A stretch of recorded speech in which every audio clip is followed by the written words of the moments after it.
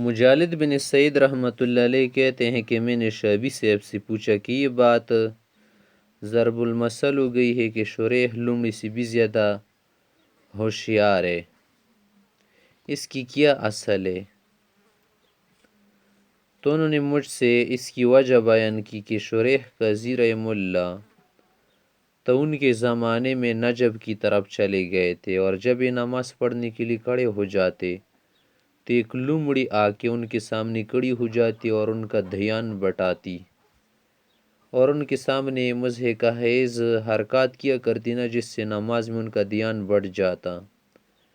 جب اس پر عرصہ گزر گیا تو انہوں نے یہ ترکیب کی، یہ چال چلائی اور یہ تدبیر کی کہ ایک بانس کا ڈھانچہ بنا کے اس کو اپنی قمیص پہنائی اور آستین باہر کر دی، اور اپنی ٹوپی اڑا کے امامہ اس کے سر پر باندھ دیا۔ پھر جب کبھی لومڑی آتی نہ اپنی عادت کے مطابق آ کر کھڑی ہو جاتی تو کیل نخرے وغیرہ کرتی نہ، تو ایک دن شریح قاضی صاحب اس کی پیچھے سے آ کے دفعتاً لومڑی کو پکڑ لیا۔ تو اسی بنا پر کہا جاتا ہے کہ شریح لومڑی سے بھی زیادہ ہوشیار اور حیلہ ساز ہے۔ اس طرح سے مجالد صاحب شعبی صاحب سے نقل کرتے ہیں، کہتے ہیں کہ میں شریح قاضی رحمہ اللہ کے پاس موجود تھا کہ ایک عورت آئی، ایک مرد سے جھگڑتی ہوئی آ رہی تھی اور اس کی آنکھوں سے آنسو جاری تھے، رونے لگی۔ میں نے کہا اے ابو امیہ، یہ شریح قاضی صاحب کی کنیت ہے، کہ میرے خیال میں غمزدہ مظلومہ ہے۔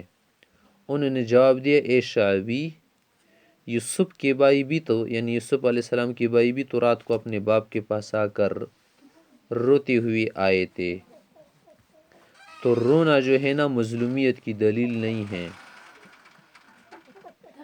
کہتے ہیں کہ قریش میں ایک شیخ نے بیان کیا ہے کہ شریح اپنی ایک اونٹنی فروخت کرنا چاہتے تھے۔ خریدار نے کہا کہ ابو امیہ اس کا دودھ کیسا ہے؟ انہوں نے جواب دیا کہ جس برتن میں چاہو لو دو لو۔ اس سے کنایتاً وصف مراد ہو سکتا ہے نا کہ بہت دودھ والی ہے، جس سے بڑا برتن بھی بھر جائے گا۔ اس نے پوچھا کہ اس کی رفتار کیسی ہے؟ اس نے جواب دیا کہ بستر بچھا کر سو جاؤ۔ یہ ابھی تو کنایتاً یہ معنی معلوم ہوتا ہے نا کہ بہت سبک رفتار اور تیز رفتار ہے، لیکن اس کا حقیقی معنی تو کچھ اور ہے۔ پھر اس نے پوچھا کہ اس کی خصلت کیسی ہے؟ تو جواب دیا کہ جب تم اس کو اونٹوں میں دیکھو گے نا تو اس کی جگہ پہچان لو گے، اپنا کوڑا لٹکاؤ اور روانہ ہو جاؤ۔ اس نے کہا کہ اس کی طاقت کا کیا حال ہے؟ تو جواب دیا کہ دیوار پر جتنا بوجھ چاہو لاد سکتے ہو۔ تو اس نے خرید لیا، لیکن بعد میں اس نے جو صفات بیان کی تھا ان میں سے کوئی صفت بھی نہیں پائی۔ تو اس نے شریح قاضی کے پاس آ کر کہا کہ میں نے اس میں ایسی کوئی صفت نہیں پائی جو تم نے بیان کی تھی۔ شریح نے کہا کہ میں نے تجھ سے جھوٹ نہیں بولا تھا، تیری سمجھ کا قصور ہے۔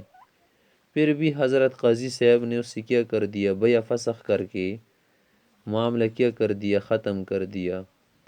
لیکن وہ تو اس شخص کی کیا تھی، کم فہمی تھی کہ وہ ان باتوں کا مطلب نہیں سمجھ پایا۔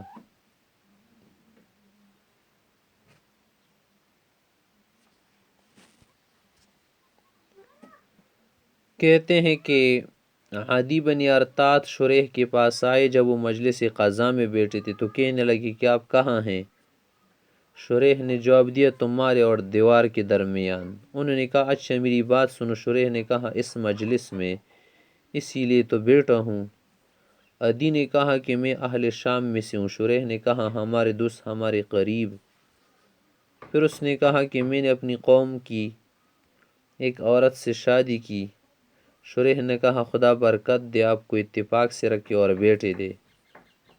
انہوں نے کہا کہ اور میں نے بیوی کے رشتہ داروں سے شرط منظور کی تھی کہ میں اس کو اس کے میکے سے نہیں نکالوں گا۔ شریح نے کہا شرط کی پابندی بہت ضروری ہے۔ عدی نے کہا اور میں اس کو وہاں سے نکال لانا چاہتا ہوں۔ تو اس نے کہا خدا حافظ۔ عدی نے کہا آپ ہمارے درمیان فیصلہ کر دیجئے۔ میں نے تو یہ ساری باتیں بیان کر دی. شریح صاحب نے کہا کہ میں تو فیصلہ کر چکا اور سب کچھ کہہ چکا ہوں. ایسی صورت میں تو شرط توڑنے کا گناہ ہوتا ہے نا. جس پر مفی یا سزا کا تعلق خدا سے ہے تو فی حفظ اللہ، فی امان اللہ. نکاح تو باقی رہتا ہے، فسخ نہیں ہوتا، لیکن شرط کی پابندی کیا ہوتی ہے؟ ضروری ہوتی ہے.